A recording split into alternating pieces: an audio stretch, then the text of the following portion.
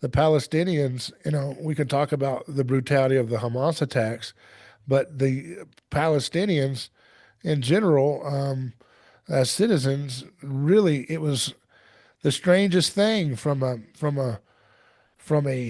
conventional framework in which the more they took the beatings, the more their power grew.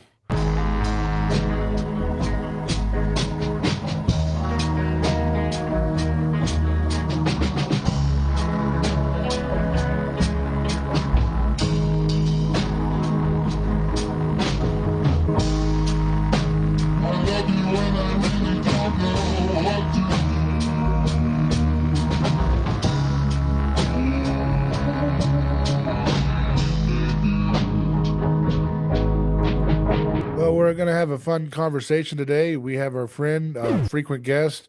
He's an article contributor to various outlets, and antiwar.com is one of the ones that American Thinker, Aquila Report, and he's also a theological missionary training and equipping pastors in the Middle East for what, 20 years now? Has that been? About 15 years. 15 years. So time flies, but we have with us Pastor Jim Fitzgerald. How you doing, sir? I'm doing great, David. Good to be with you today. Yeah, so you just got back from Egypt, right? I did, yeah. Just How about did one. that go? Were you were celebrating any event, or you're over there teaching, or what were you doing? Yeah, we were teaching. We were having our seminary classes, our fall semester, Yeah, and everything went great. And thankfully, Egypt's in good shape, and everything was peaceful there. And so we were, happy to see that things aren't spilling over into Egypt at this point. yeah, yeah. Now you just saw that Trump just did a big event in Egypt. Did you get to watch that? How did you see that as someone that goes over there a lot?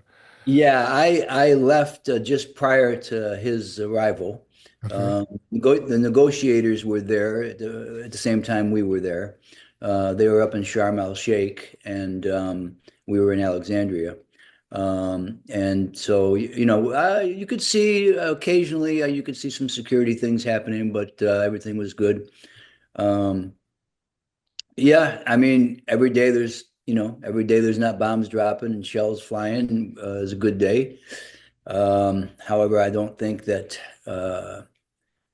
there's much of a chance that this will last, but I'm hopeful, prayerful that it could. And but it's very difficult when you're dealing with Israel because their track record indicates that they've never kept a single ceasefire in the history of their existence. So Yeah, I heard uh, that they bombed. They killed what, three kids the other day, yesterday, or something after the ceasefire.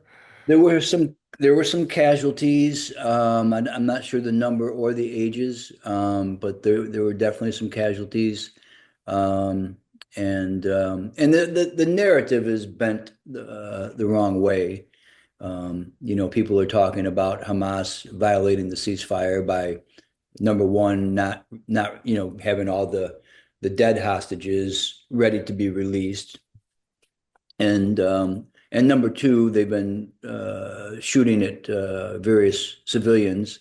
Hamas is acting like the police force over there now.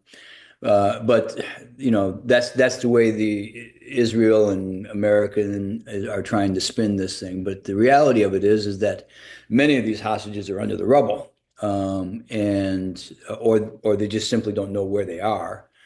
They've asked for heavy equipment, to move some of the rubble to help find some of these dead hostages, and they've been refused that, both by Israel.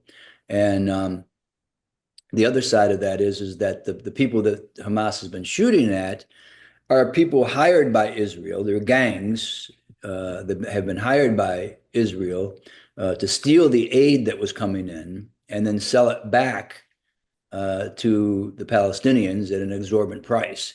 And so that's why they were shooting at these people. These are paid for gangs, Antifa type gangs, if you will. And some of them are even organized crime type family. Hmm. So that's what's really going on there. It's not that Hamas is intentionally trying to violate the ceasefire. It's that there are some insurmountable problems that they have to confront in order to keep the deal. Yeah, and there's a talk about turning it into a tech hub for AI and Larry Ellison and Jared Kushner and everybody getting involved. What do you think of that? Is that going to help people? That's not going to help anything. It's just going to make it worse. I think we have to remember how we got in this situation in the first place. So, moving the capital as Trump did in his first term to Jerusalem for Israel, and then secondly, the Abraham Accords, especially when we got close to bringing Saudi Arabia into the Abraham Accords, normalizing relationship with Israel, and bypassing the Palestinian question altogether. In other words, just pretending they aren't there. And so Hamas wasn't going to let that happen, So that's the reason for the attack, and back in 2023, and so we're really just going forward with that same plan again, and it appears that the Palestinians are going to be left out of that question again, and there's no real solution there for them. So I think if they push through with this, and this whole idea of turning Gaza into a resort of some kind and a high tech mecca, that's again, it's just bypassing the Palestinian question. So I think it's going to have severe consequences. Yeah, it sounds like they want to turn it into a new Dubai or something, some kind of Yeah, luxury place. right. Well, all that would be Wouldn't that fine. benefit, even though we don't like that, would that not economically benefit Palestinians potentially if they got some of those jobs? Well, that's the thing. There's been no indication historically that Palestinians would be the winners in this. In other words, that they would be gainfully employed, educated to fill such jobs, et Yeah. cetera, et cetera. They can't even cross over the border to go to work. So the security measures that they have to go through in order to get to any place that they could work takes hours a day. I mean, it's insurmountable for the most part. And then anytime there's any type of an episode, they close everything down. They have no movement whatsoever. Even in the West Bank, there are roads they can't use.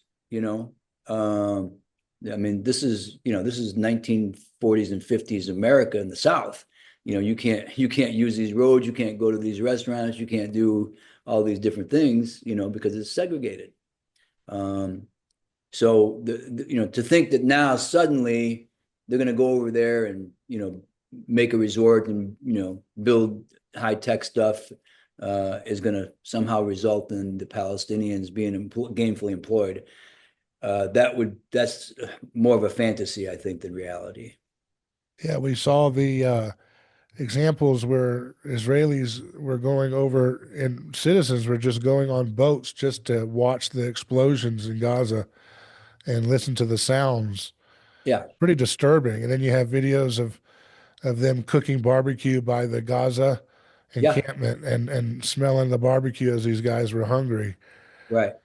This is not Western values, okay? And so, No, there's a reason why they have to go back to the Native American wars to find anything to correspond on some of this stuff. And I know that you mentioned the South and all that, but you always got to go far back in time, kind of to try to even make a correlation to the way they behave and the sure. things that we've done in the past. Yeah, well, I think in my very first article on this subject back in October of 2023, that was exactly the analogy that I used. This is a modern day Trail of Tears, and the whole point is either ethnic cleansing or extermination. So, Right. uh, yeah, that analogy is right on spot. But the kind of the idea again, the idea is like you don't really get to call yourself a Western nation if you have to go back far in time to give a parallel excuse for what you're doing presently. That's my general thought. You know what I mean? It's like, Yeah, well, you guys did this in 1600s. You get what I'm saying? It's like, well, that's not really a Western way of thinking, right? We don't, or whatever. It's like, certainly not a Christian way of yeah, thinking. it's not Yeah, a Christian. Yeah, and when I say that, I mean that in the sense of yeah, what yeah. people say distinctively about what the West does. So. I mean, to the Amen. extent that anybody critiques anything about the West and its policies here, of course, it's doing so from the presumption of Christianity. I mean, it's Right, the only right. standard by which these types of examinations are even occurring, right? It's this presumption of the universality of the dignity of the human person. That's a universal presumption that is kind of baked into the equation whenever we're examining these atrocities. Yeah. Yeah. I think, I mean, Netanyahu is right about one thing, and that is, when his way of, excusing this abhorrent behavior is by pointing to what we did after 9/11 in Iraq, Mhm. you know, and he's correct in making that parallel. The problem is that was a complete disaster. In other words, they learned that behavior from us, if you will, and it was normalized. And so this is the way the world behaves now. Yeah. I mean, it's just you invade other countries that are weaker than you. You displace millions of people, kill millions Yeah. of people, innocent civilians that are just living in horrific conditions. And why? Because you labeled somebody a terrorist. That's interesting. I've heard recently that some folks have been trying to revisit the Iraq question, and the pro-Israel side of the internet has said, no, no, no, Israel was very against us going into Iraq. And I don't know about that. Have you Oh looked into no, that? yeah, no, no, no, no. I mean, first of all, years before Iraq, Yeah. okay, Netanyahu, I believe he wrote a book. I know he was on a interview saying this, okay, but he had picked these countries, a list of them, and General Wesley Clark, he mentions all this in the context of our State Department. But all these countries: Iraq, Iran, Sudan, Libya, and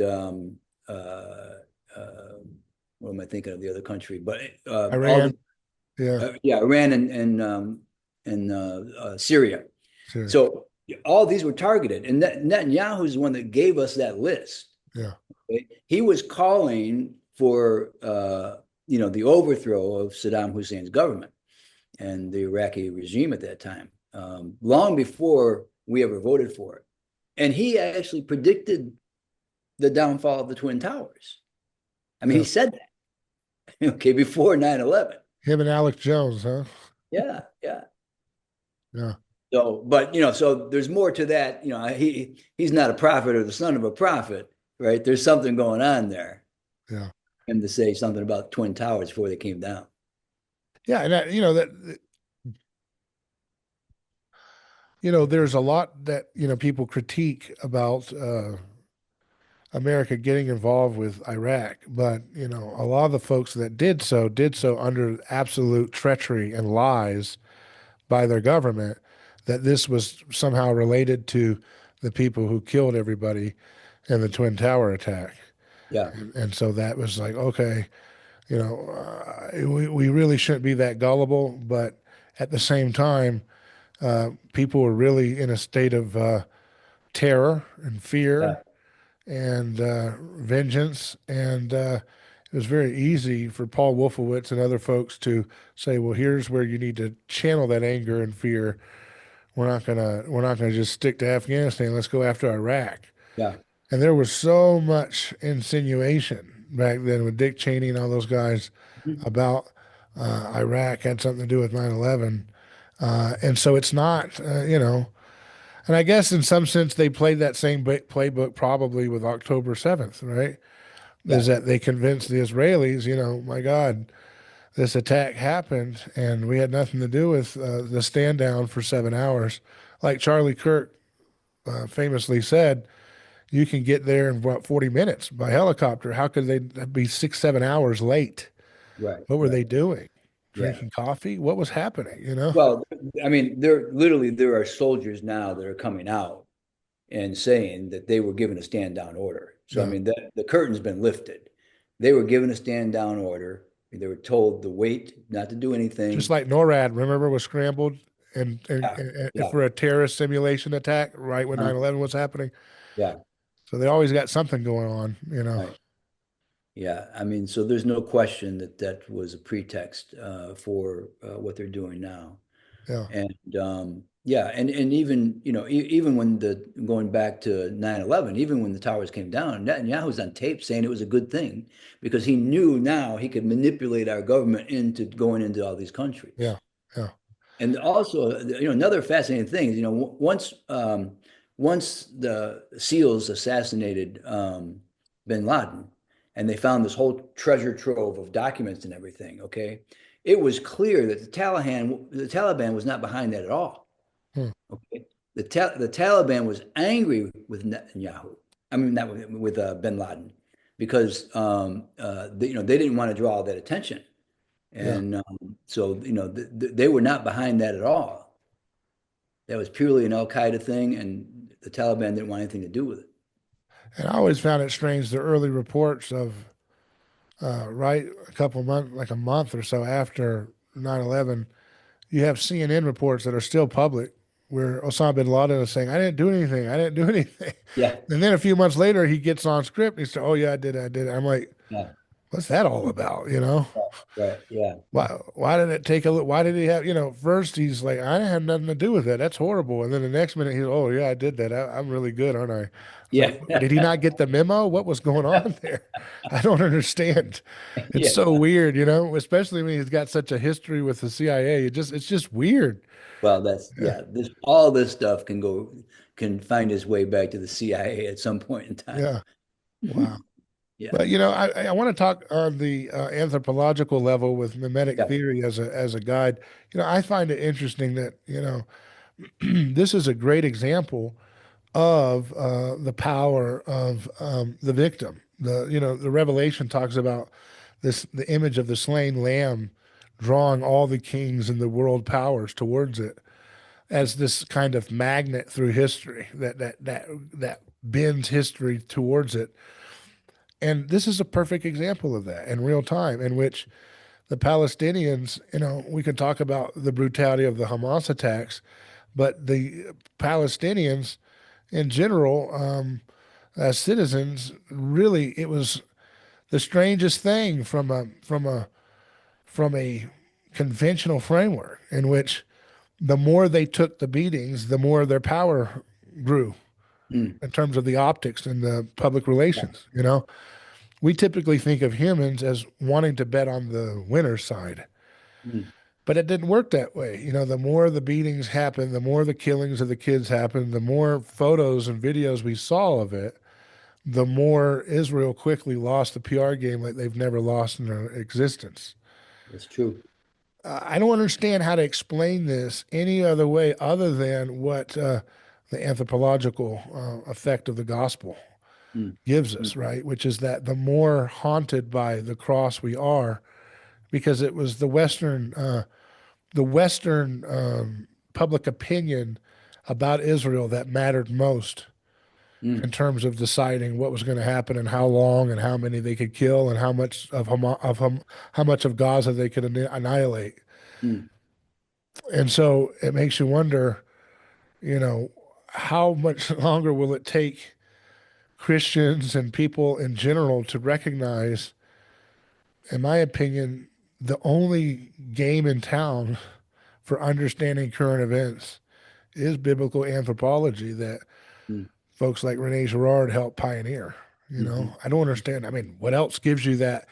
If you want to say, hey, yeah, let's just say before October 7th, if you were a critic of what Israel was doing in general, the way, if you were to say, hey, what kind of event could happen that would make Israel historically lose all of its goodwill in the West? mm, Now, if you're trained in biblical anthropology, you could have predicted, not necessarily the yeah, specific way this happened, but you would say, yeah, yeah, if they just really went really wild on slaying women and children and citizens, that mhm, under the rules of the cross, yeah. anthropologically, would turn the world against them. That's exactly what happened.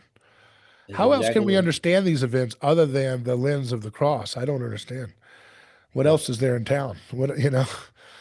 Right, right. Yeah, I mean, so I think a similar thing, in different times of history. But if you look at Gandhi, nonviolent movement, And if you look at Martin Luther King, the civil rights movement, people, people were getting, beat down on national TV, much smaller scale than what we're witnessing in Gaza, but it's the same anthropological point, and that is that the perpetrators of the violence have to create all these myths in order to justify their violence, and then they pick the poor, downtrodden, victim that they sort of make into one, and then they attack it and try to kill it.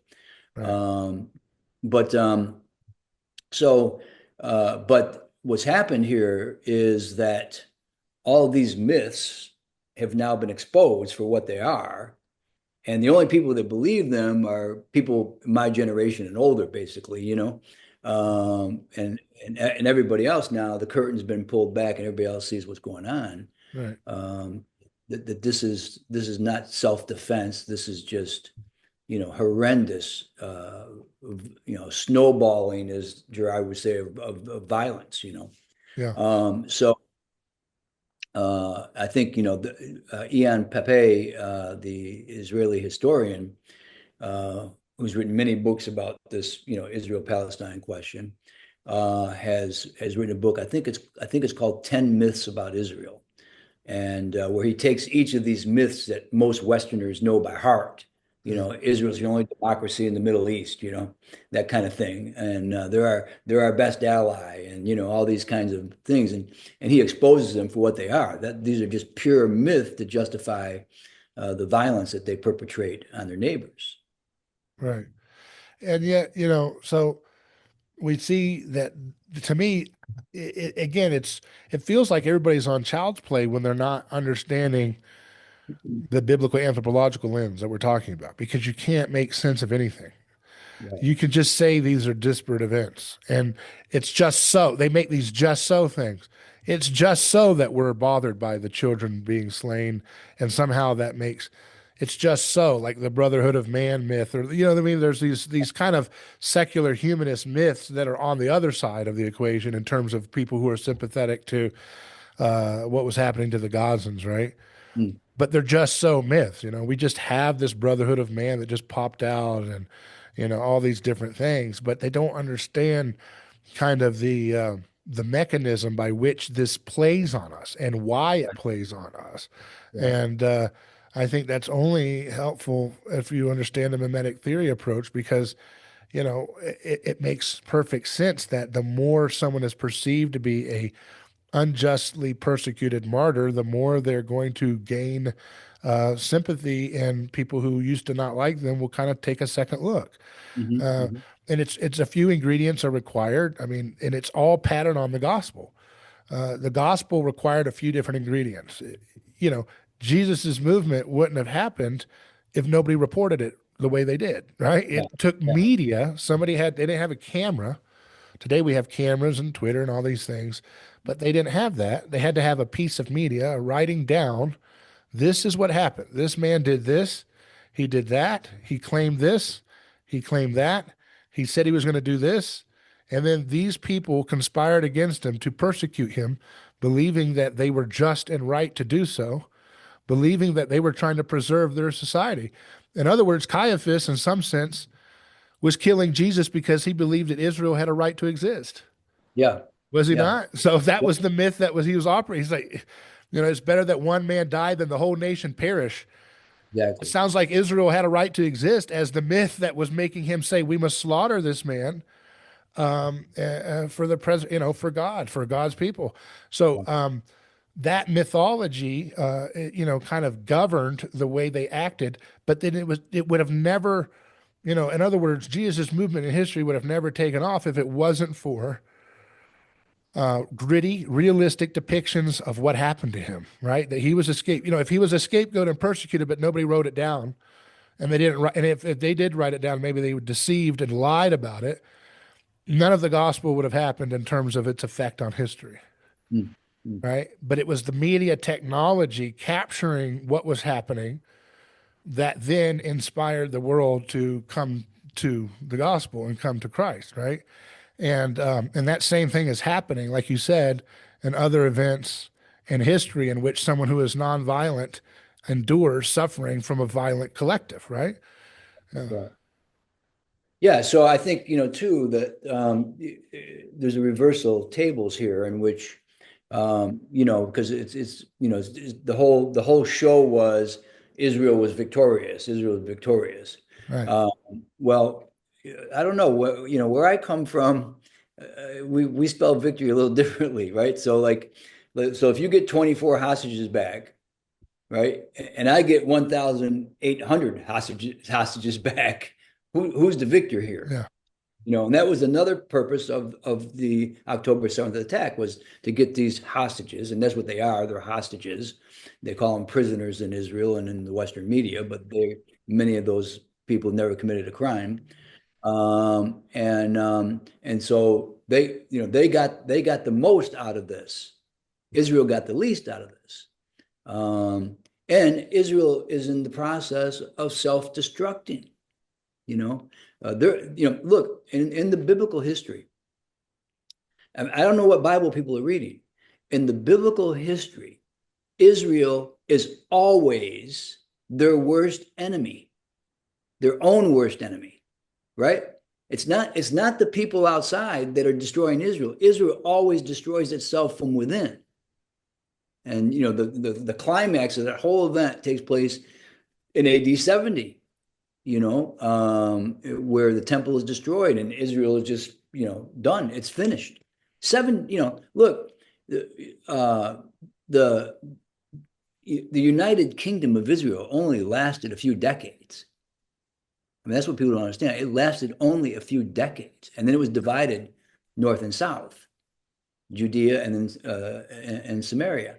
So Israel has never had a long history, when it didn't do itself in. And right now, that is being repeated. Not that these are the same Israels. They're not. The modern nation state of Israel is not the ancient biblical kingdom of Israel. Those are two distinct things. They're not even related at all. But insofar as they mimetically try to pattern some of their self-identity around that ancient, it Right. does Oh, kind of play yeah. out the same way you're saying, That's right? the goal. Yeah, but Right. the irony is it is playing out the same way, is that they're destroying Yeah. themselves. Israel is in a very fragile state right now, and they are threatening their own existence by pouring out this wrath on their neighbors. I It's think, very similar to what Jesus was encountering yeah, in the Second Temple Israel, right? yeah, yeah, and I Because he think, was dealing with these zealots that said, we've got to have violent. Now, in this case, they were the occupied ones, right, right, right? So exactly, they were the underdogs, right, and they were saying we got to violently overthrow these pagan savages that right, are corrupting us, and they had a lot of reason to want that. There was a lot of persecution, right. and so I always want to be, fair and be as objective as I can. But that similar thing plays out now here, where it's like, no, we're going to go watch them. We're going to go get on boats as citizens and watch these people burn and blow up Right, right, yeah. because they're enemy others. This time, the power differential is the other way, This but is it's the same neuronic mindset. stuff, right? This is like what this is a kind of this is what Nero did for entertainment. Yeah, I mean, that's how sick it is. yeah. And the thing that I think is pertinent here, and this is something I've tried to explain to people, is I think that when Jesus has this tale of two temples, and he says to the Jewish leaders of his time, this temple will be destroyed and be raised up in 3 days. And they said, how you dare you say that to our temple? Hmm. But it's a tale of two temples being destroyed, but one is raised in vindication and the other is not. Hmm. And I think, and I'd say that this is a transition moment in history, like a fossil and like evolutionary fossil record of transition. We find the first one with a different shape, which is for the first time in a cataclysm in a historical event that we all acknowledge. People reject the resurrection, but we all acknowledge the historical validity that the temple was destroyed in that date Mm. after Jesus said it would be. And so the idea is that you're moving from this ethnos-centered sense of sacredness versus this personhood sense of Mm. sacredness, right? And it seems as if what Israel and its supporters in the West, they're trying to repeal 2,000 years of history. You can't. You can't go back to ethno-centered sacredness. It's not going to fly. It's Right. not going to sail. That ship's not going to sail. It's not going to have any wind to it. You can get away with it through brute force Mm, and media manipulations for a time, mm, but in the end, it's hard for you to kick against the pricks. You cannot run from the New World Order of Jesus Christ, which sets the ethical standard by which nations will be judged. mm, That's mm. happening right now. And Yes. yet people think Christianity is on the wane. I mean, like it's fading away. I don't see it, Yeah. because you know what I mean? It's like both sides, both, because let's remember, and you know this better. You can explain to us Islam and what it's like living there in that community that you spend so much time with. But both sides were trying to present themselves as the slain lamb in order to get favor with the Western consensus as to who was holy and just and on the side of the angels, so to speak. Right. Right. So they're all Both. playing under Christian frameworks, Yeah. Both sides are trying to claim permanent victim status, Right. and then eventually, the clock runs down on that, and I think we're Right. seeing, play out And right then, before. but you see, yeah, they like Israel played, and they had their legitimate murders and abuse that they were pointing us to. But at the end of the day, we saw that the gas ran out of that justification to keep slaughtering kids and civilians, and then it was just ethnos. It was just that it's like we washed off the veneer. Oh, we're doing ethnos, Right. ethno narcissism. We're doing that sense of ethnic conception of, and that's what I mean by the temple being a symbol of nationhood. This is the people. Our people are superior in our relationship to the divine than your people. So therefore, you kill five of us, we get to kill 50,000 or whatever. Yeah. It's like, okay, this kind of thinking is a relic from a past. Satan fell like lightning for a reason. He didn't go back up. Okay, he fell, right, and that's an anthropological transition that Jesus is talking about, in which the accuser spirit, which used to be tied to ethnos as the domain of the sacred, not just for Israel but all nations had Yeah. that. It fell with Satan, right? And that satanic system of sacrificial violence fell and is condemned by history as we continue further along. Mm, mm. And that's why it was doomed to fail. Any kind of effort to do this, you can try to put victim energy towards it, but if it's still we wash that away, we realize, oh wow, you're still playing ethnos. That's not the domain of the sacred anymore. The domain of the sacred is the human person. Yeah. And that means the doom of the states. The nation states can't survive on that. That's the whole You see point, what I right? mean? That is the whole point right there. Yeah. Yes. Yeah. Yeah. I mean, the nation state, as a geopolitical social imaginary, I think is being torn down too, as we see, in this thing. But To the extent that Trump had crossover appeal, it was because him as a human person experienced persecutions, just like So yeah, he was indicted 100 times. When he got his photo, the hood was jumping up and down with joy for him as he's driving through Atlanta. There's my Trump. There's my Trump. yeah, That's the same effect we're talking about when you see an injured or dying child, and we say, "Hey, that's with me. He's in solidarity with me." yeah, It's a different scale, you know what I'm saying? But it's the same effect. It's the perception of a human person being unjustly persecuted. right, It creates the similar kind of mesmerizing magnetic attraction of the people towards the person who looks like a martyr. yeah, And then he gets the bullet, and then he's really got that energy, right? Because it's almost like a little mini dying and rising. He falls down and gets up. He's still alive and he's still going. He's risking, and that willingness.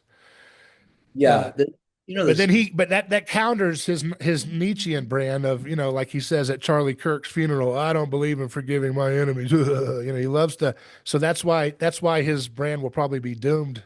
Yeah, I was just going to point out the irony there, Yeah, because you would think, having been a victim, yeah, right, having two attempted assassinations, yeah, which did seem to have a temporary effect on him. And I think that could have been a very powerful turning point for him personally, had he taken it, the Yeah. opportunity. But instead, ever since that time, he is either endorsed or become extremely violent, Yeah. Yeah. you know.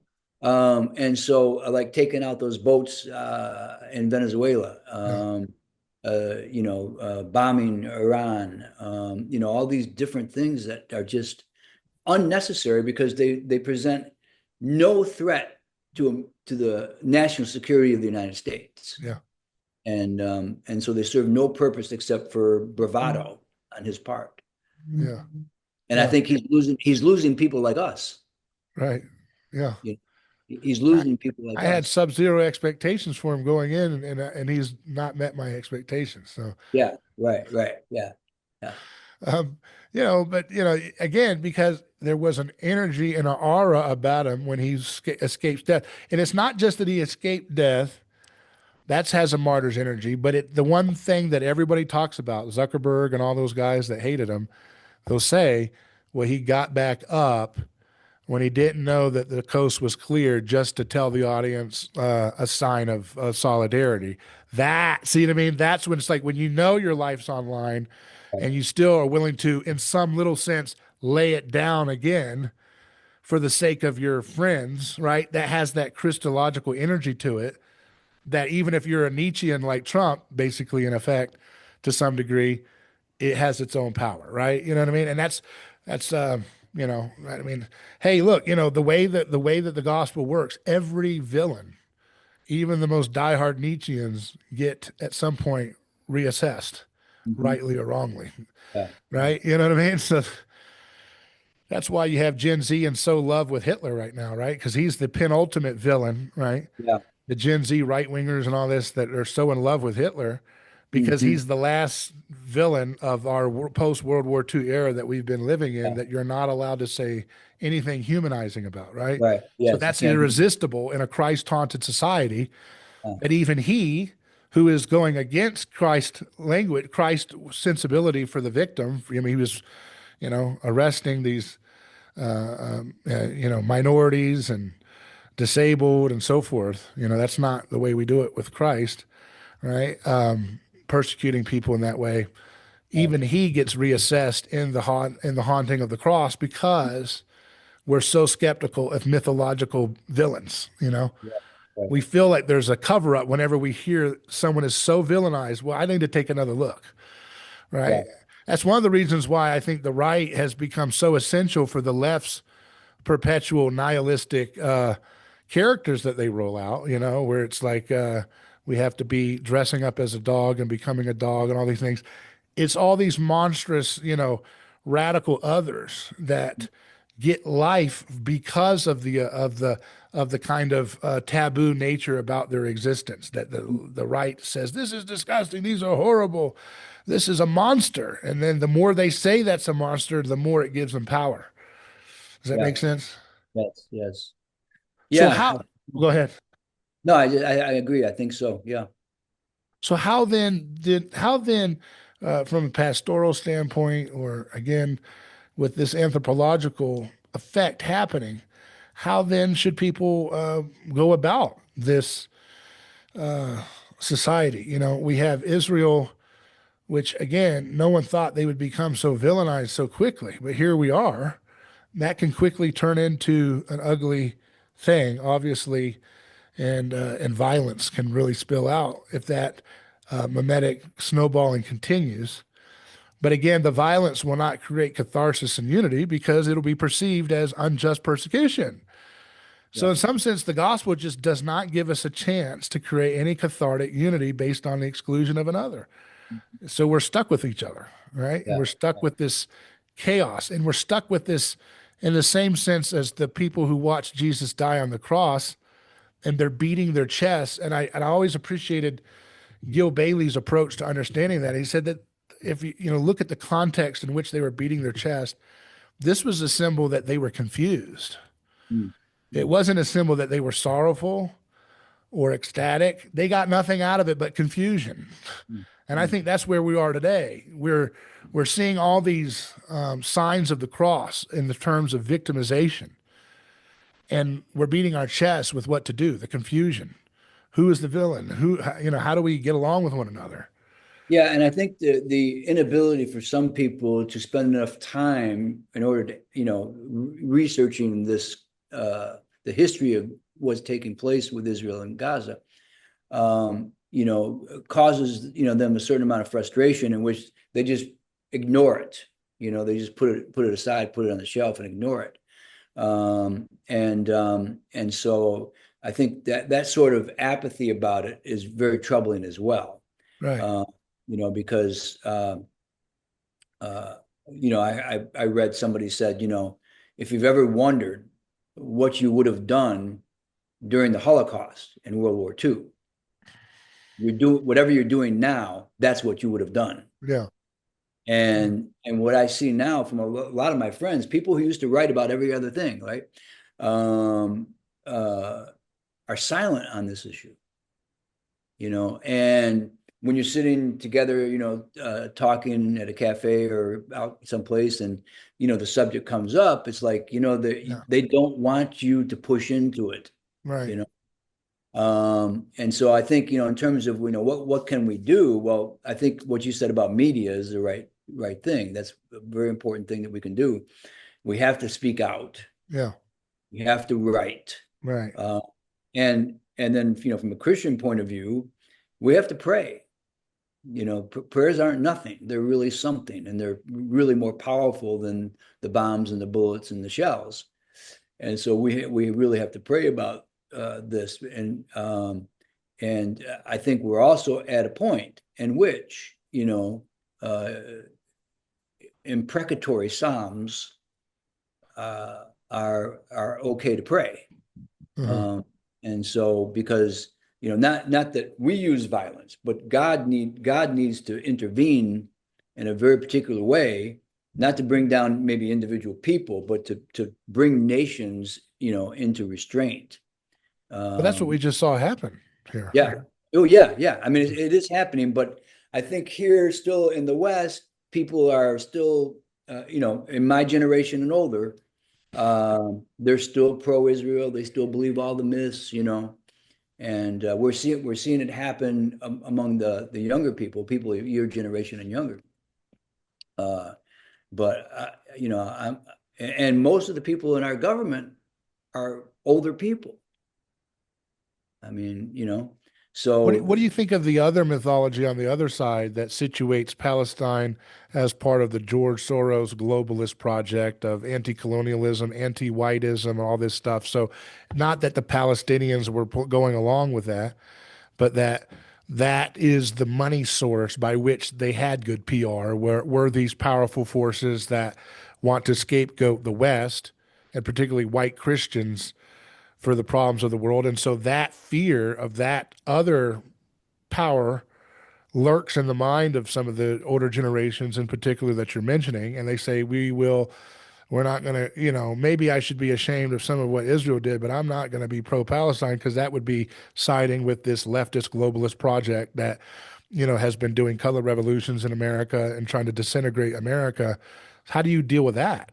How do you yeah, walk the balance between those two mythologies that are both struggling in a lot of ways, but also are always able to kind of rear back right, in some yeah. way? Yeah, I think for me the whole protest thing has been played. I mean it's I believe in people's right to do it, and peaceful protesting and so forth. But because of all the so-called money that's behind it and the agendas that are behind it and so forth, it's an unsavory business at this Yeah. point. But I think in terms of uh, you know, in terms of any type of people that are from a grassroots perspective, participating in that without knowing what's all behind it, because I think many of the people that are out there, even though it may have been sponsored by Soros money, Right. many people are out there that have no idea what's going on behind the scenes, or where all that emphasis comes from. And I think, there were many genuine people out there protesting because they just see what's actually happened in real time. Mhm. And they're watching, women and children being massacred, and they're going to speak out about it. And I applaud them for that. Oh, And yeah, but yeah, what's often not picked out is that many of those people are of Jewish descent. right. Okay. Yeah. So I've collaborated with many anti-Zionist Jews. Yeah. How do we, in other words, besides just the protests and not wanting to be a part of that, but like you said, like there's a lot of folks, the internationalist faction of globalists, United Nations, these entities have been more sympathetic to the Palestinian side of things, but they're not sympathetic to the cross necessarily, even though they're more haunted by the cross with their universal claims. They're kind of a ripoff of Christianity, the UN and these things. Mm. You got Hollywood, right, where all these Hollywood stars, these are representatives of great power in our culture to this day. I mean, Hollywood's waning, but still, there's a lot of machinery behind the idea of stardom and pop culture that still governs the minds of millions of young people, right? In other words, how do you walk through this dialectic without getting caught up in one side or the other because of the lesser of two evils effect? Well, in my view, because I think that's really what's going on. I think a lot of Christians look at the Zionist side, then they look at, and until recently, it's a little bit more harder now, but they look at the Zionist side, and then they look at the globalist side, and they say, well, I think if I did a checklist, I've got more solidarity with people who are Zionists than I do with people who are globalists. So I'll choose the Zionists over the Palestinian cause. And then you Yeah. have other people making another equation on the other side saying, well, I think I'm going to actually, I want to eliminate anti-white, I want to eliminate whiteness as a Mhm. social construct in the 1492 or whatever that program was that, the New York Times and all these guys get involved with. Um, oh no, 15, what's that? 16, 7, I don't remember, whatever that I know group what you're is. talking about. Yeah. But you know what I mean? Yeah, it got defeated, so to speak, because it kind of faded out with the Trump election. But again, Trump's not doing many favors for keeping Yeah. that kind of movement from being away. It probably will come back. So how do you navigate as a Christian the middle way without getting sucked up into the lesser of two mythologies and their evil? Yeah. I think, the main thing is we need to be biblical, Hmm. right? That, we need to focus on the gospel, Hmm. preaching the gospel. Um, this may sound really ineffective, but we need to go to church. Yeah, I think is the most powerful statement that a Christian can make, that actual things do happen because we go to church. right. And every time we get up on a Sunday morning and we go to church, it's putting the world on notice. It's Hmm. putting Satan on notice, and so that's something outside of that whole global orbit that you're talking about. Because the way that I look at globalism is, as it was expressed by William Cavanaugh, who's a professor at DePaul University, is that globalism is a false Catholicity. See, it's an attempt to have this universal without Christ. And so it's a false Catholicity. Nationalism, he says, is a false soteriology. Hmm. Yeah. See? It's salvation by man, it's salvation by your own efforts. The nation state transcends your religion, your culture, everything. See, it's an attempt to get away from the particular, and only have the universal left. And so you have this false Catholicity on one side with the globalist thing, and then you have your false soteriology on the other side. But every time we go to church, right, we have both the particular and the universal together. Hmm. And every time we go to church, we preach the word, we partake of the sacraments, we worship our God, who is our King, Hmm. right? We become our own political space, right? We don't need authorization from anyone to maintain and to practice in that political space. It's a politically charged space, not politics like, Republican, Democrat, or, Trump or Pelosi or whoever, right? No, this is a legitimate political space in which we practice our politics. And there's a reason why Mary sings this song that the nation, these powerful are going to be brought down Yeah, when she hears right, that she's going to have this son, right? And this right. that seems to be so far removed from the realities of the church's behavior, in any nation. It's so sad, Yeah. always co-signing for the latest war because it's my side, So the yeah, bigger that's right. victim. And And I this is hate what that. I hate that. I do too. I do Uh, too. And this is another thing that, Kavanaugh expresses is that, we need not to get caught up in trying to, uh, trying to grab onto the apparatus of the state, you know, and because that's alluring to us, because we think, well, we can really further the gospel, mhm, right? If we have the power of the state behind us, mhm, and that was sort of the whole colonial thing on one side.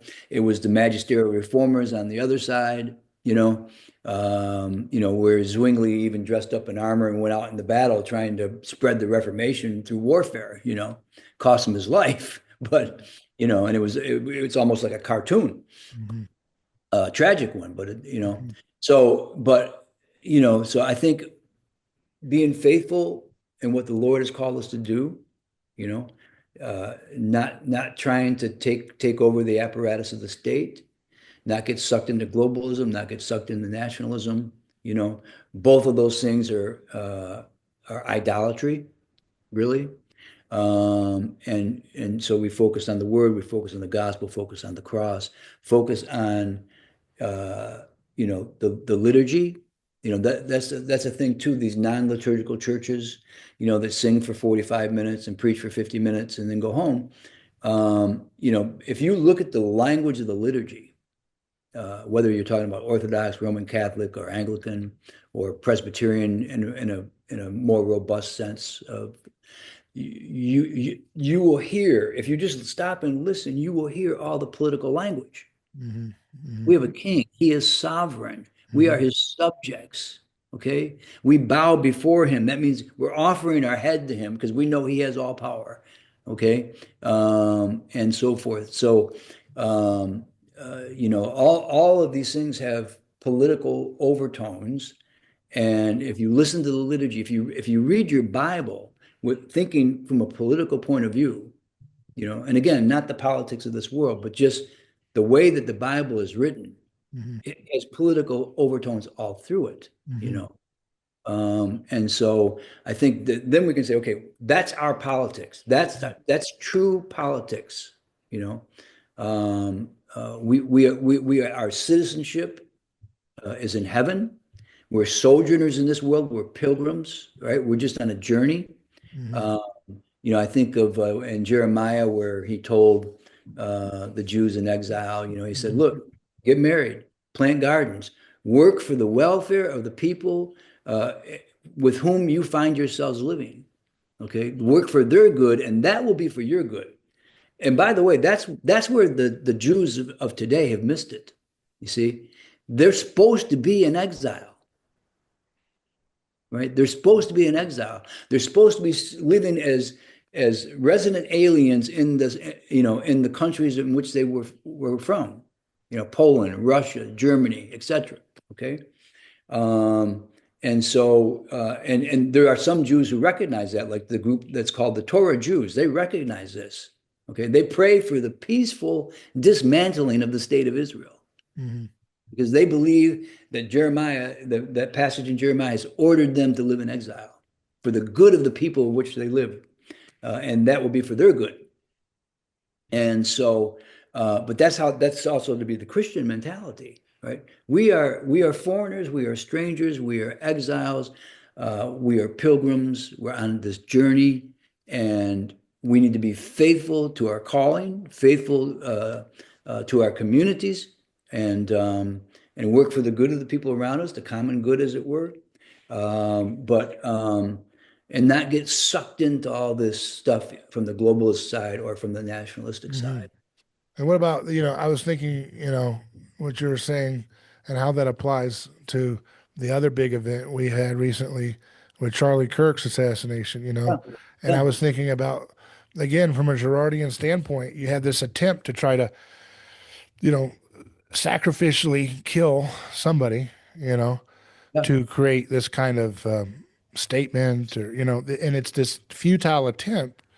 If this was done 3,000 years ago, it would have had some legs, but it's not. It's 2,000 years after the cross, and so sacrificial murders backfire, Mm-hmm. and they create more interest in going to church, like Charlie advocated for, or rejecting radical leftism starts to get a little bit more mainstream, Mm-hmm. and so it does the opposite. And it's important to think about the anthropological effects of why is it there's this aura about Charlie Kirk once he is murdered for his beliefs, and it's because we're again swimming in the fishbowl of the gospel. So anything that is a sign, however imperfect as humans are, but anything that's a symbolic kind of repetition of unjustly being scapegoated for for the preservation of the whole nation will not perish, Yeah. is going to have its own power and energy. And I do at the same time want to say that it was a great thing to see, Erica Kirk, say, I forgive his killer, Mm-hmm. and everybody, a lot of people says one of the most important political things they've seen in a long, political context, things they've seen. Mm-hmm. And that's the presentation of the gospel. I mean, at the very core of the gospel is the ability to forgive those who persecute you. It's something that she's demonstrated in her funeral Yeah. statement. Yeah. But at the same time, you have to be, again, Christians are called to paradoxical truth, because I just had this feeling that I said, it was great that was able that Charlie's story was able to spread the gospel to millions of people in a cynical world. But at the same time, his funeral would not have been televised and attended by the president and so forth if he had done more to recognize the martyrs in Gaza. So there's Mm-hmm. always a price to pay Yeah. when you get near the state. You were talking about don't get Yeah. Yeah. There's grab that. the apparatus of the state. Well, the Right. price to pay is you couldn't speak about the true reality of martyrs all around, the hottest topic in our country, and that's a sad thing. But doesn't mean we're judging, anybody. No, I think too, though. See, I think what I don't know if you're aware of this, but he was turning. Right? He was turning away from Israel, Yeah. and he was turning away from his billionaire Israeli donors, Yeah. and so and he had even said a couple of times that well, he said this to Ben Shapiro Yeah. in one of his last interviews. Yeah. He said, wait, it was okay to question COVID. It was okay to question all these different hot button topics. You know what? It's okay to criticize Israel too. Yeah. He Yeah. said that with Ben Shapiro, Right. um, and he also said that this whole thing needs to be investigated. Yeah. So he was turning away Yeah. from that pro-Israel stance. Yeah. Um, and If there are he had, many, if there are many, if his turn had completed, yeah. he wouldn't have been. I don't think the president would be at the funeral and it'd be televised and all that. Well, I look. There's a lot of people Susie think. Wiles has some conflicts of interest there. She wouldn't have been Well, there's a speaking. lot of people think that he turned too far, Yeah.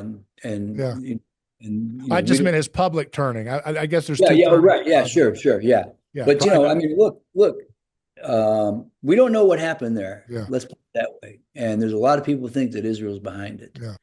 And I saw Pastor Doug Wilson had a comment to Candace Owens, stop trying to connect so many dots. And I thought, oh, okay. uh, Interesting. yeah, right, yeah. Uh, but Well, look, I mean, he's got, he had a good argument. He's saying, don't, you can make conspiracies out of anything and all that. And I thought, yeah, I don't know.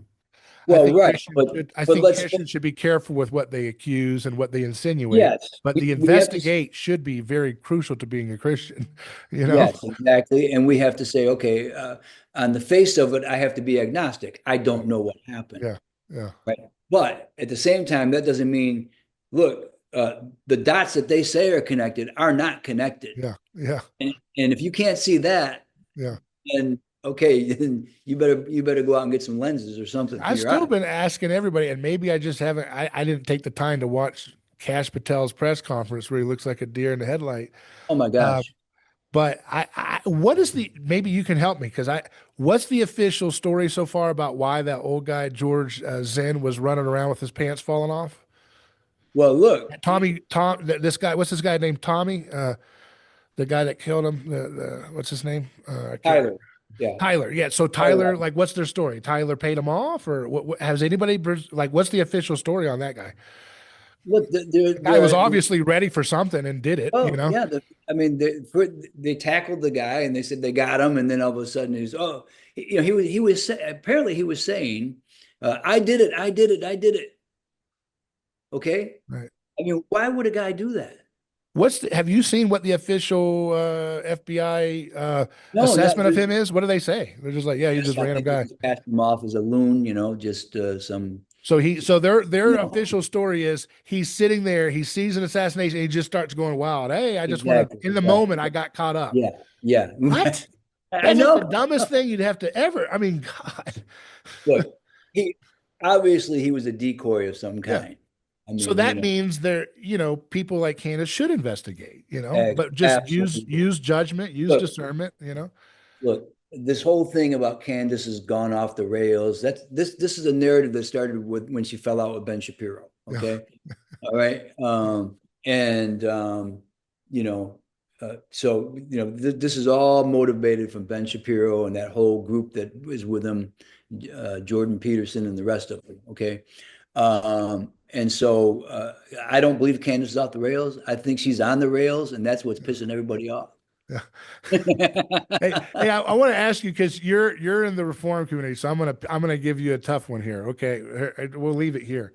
We'll try to Okay. wrap it up here, but I just got to ask you. Okay, so so I want you to speak just for a little bit because this is your own community. So what what do you make of And I will not name names, but just in general, this vibe, which is I'm not a dispensationalist. Uh, So reform people tend to reject dispensationalism, and some of them would reject Christian Zionism theologically. I think a lot of them would, but then they'll say, "But Israel is an essential part of the West, and therefore I defer to Israel." How do you approach that? Because it's easy right now. It's easier right now for a lot of folks to just really beat on the dispensationalist horse, but there's a lot of other variations of Christian fidelity to Israel's foreign policy choices in the Middle East, and this bias towards Israel wants to strike Iran. We're going to defer to Israel, even though I'm not a dispensationalist, I'm not a Christian Zionist theologically, but they're an essential part of the West. How do you respond to that from your Reform community folks that have that well, view? yeah, and you're right with your analysis. There are still many pro-Israel people among the Reformed Presbyterian body.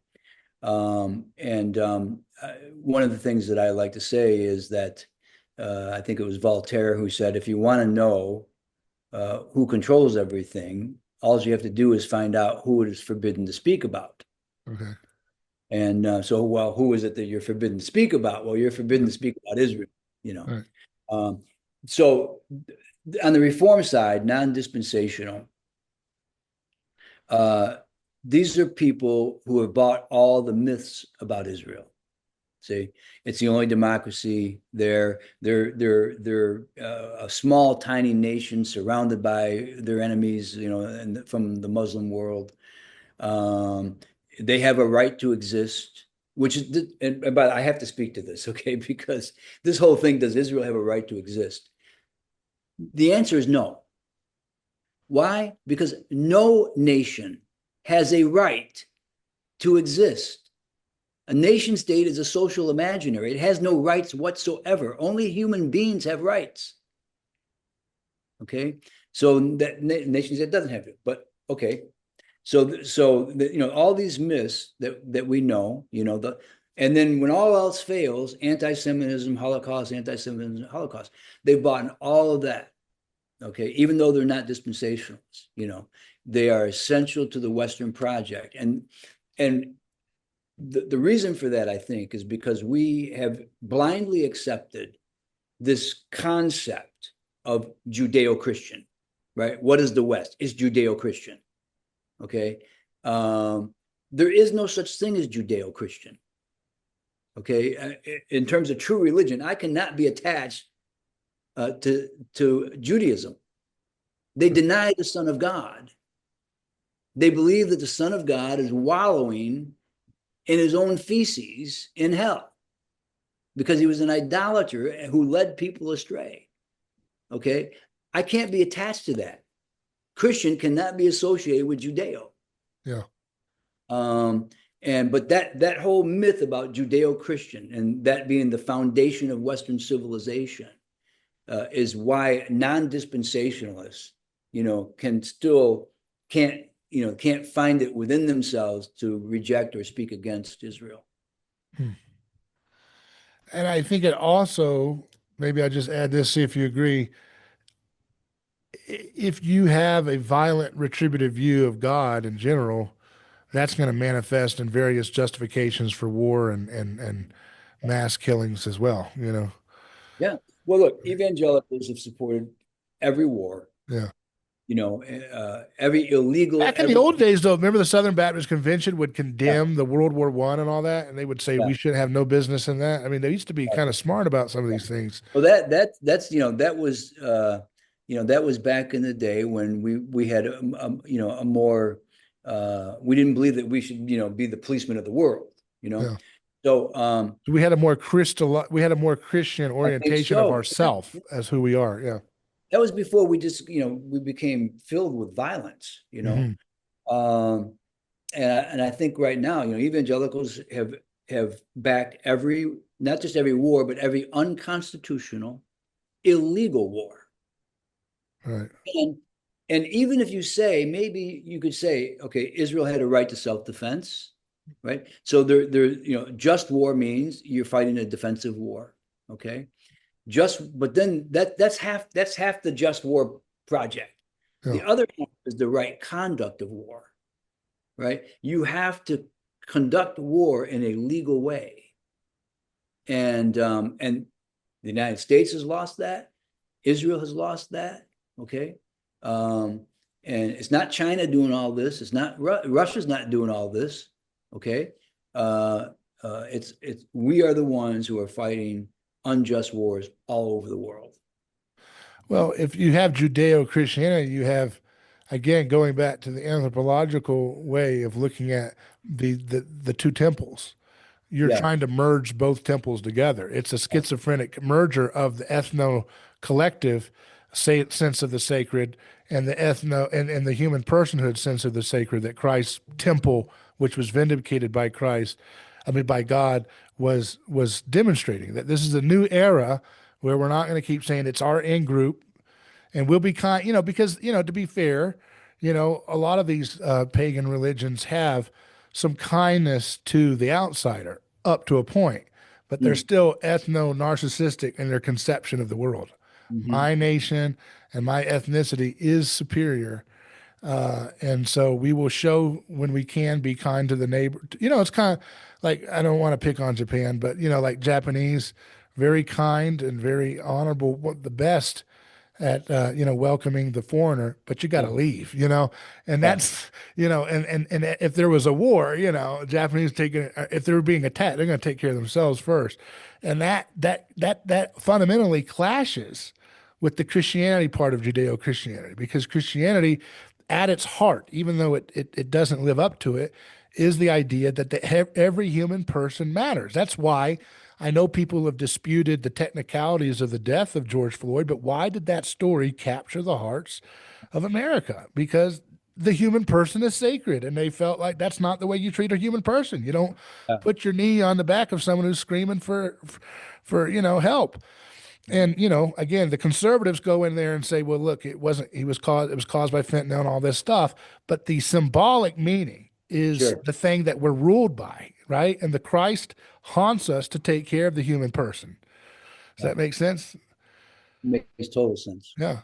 And I think that's one of the reasons why, like you said, we've got this schizoid mindset where it's like sometimes we're human person oriented, and then other times we kind of regress back to an ethno sense. Well, I'm on Team Israel because they're a lot more civilized than the Muslims. Muslims did this. Muslims are violent. Muslims do this to their wives. You know what I mean?